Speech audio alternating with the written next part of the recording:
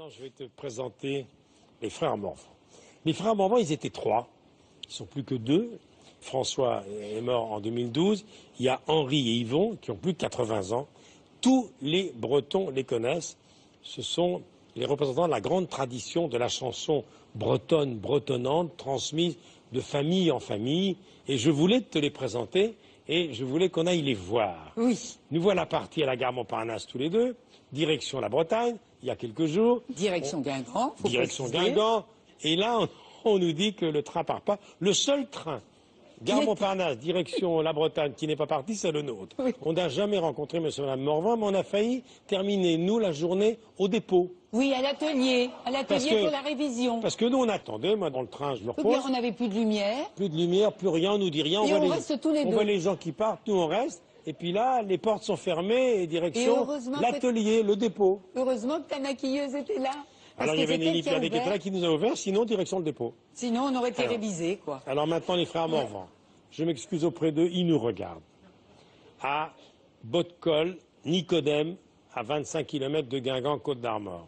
Deux agriculteurs qui n'ont jamais appris la chanson, deux autodidactes, comme tenue de scène, chemise à carreaux. Toute la Bretagne les connaît. Ils ne sont jamais venus à Paris. Ils ont fait une promesse, ils ne quitteraient pas la Bretagne.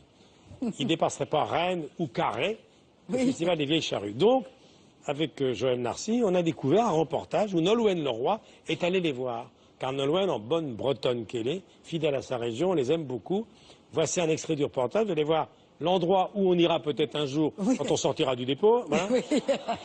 Et après, on va les voir devant des milliers de gens à Carhaix, festival des vieilles charrues, où ils sont invités régulièrement. Voici les frères Morvan, c'est pour toi. Ici, nous sommes dans une maison où on a toujours entendu chanter les chants bretons. On ne connaît rien en musique. On a toujours entendu chanter. J'ai entendu mes frères aînés d'abord, puis les parents avant. On est chanteur traditionnel si on veut, mais c'est à l'écoute qu'on a appris à chanter. Bretonne de Brésil, la tatiette glaive. Bretonne de Brésil, tatiette glaive.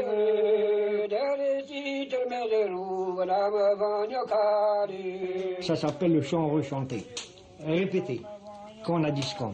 Et c'est pas la mode, c'est une tradition très très ancienne.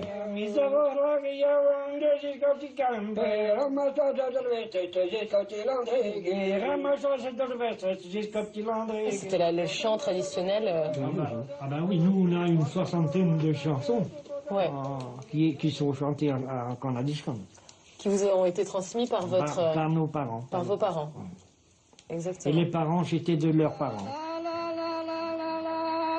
Ça dure depuis très longtemps.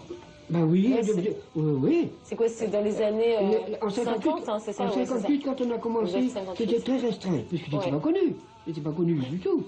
Après, à partir de 58, ça a commencé.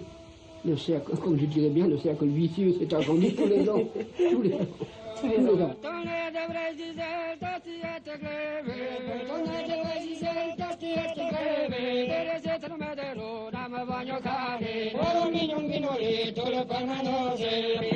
On s'est dit, ça va durer quelques temps peut-être, mais jamais on n'aurait pensé qu'on aurait fait comme on a fait, qu'on aurait sillonné la Bretagne comme on a fait.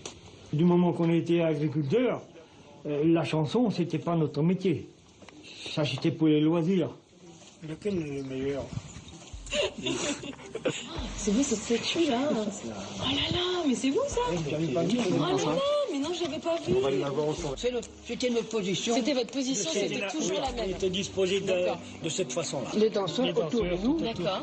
Oui, qui font la ronde. Ouais, ah ouais, alors vous êtes où alors? Mais ce sont les trois frères Morvan. Moi, je suis là. Ah. Et C'était notre position. C'était votre position, c'était toujours la même. Elle était disposée de cette façon-là. D'accord. Incroyable. Oui. Qui c'est qui avait fait cette statue? Et ça, c'était le cadeau qui nous avait été fait quand on avait fêté 35 ans. D'accord.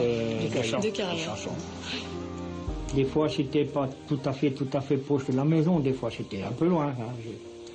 Mais on n'a pas franchi le périmètre de la Bretagne. Si on allait trop loin, bien sûr, il fallait rester dormir sur place. Et la ferme ne permettait pas ça. On a été sollicité pour Paris plusieurs fois.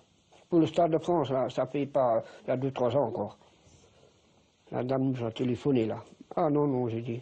Pourquoi aller à Paris? Que les Parisiens viennent nous voir ici, s'ils veulent nous voir.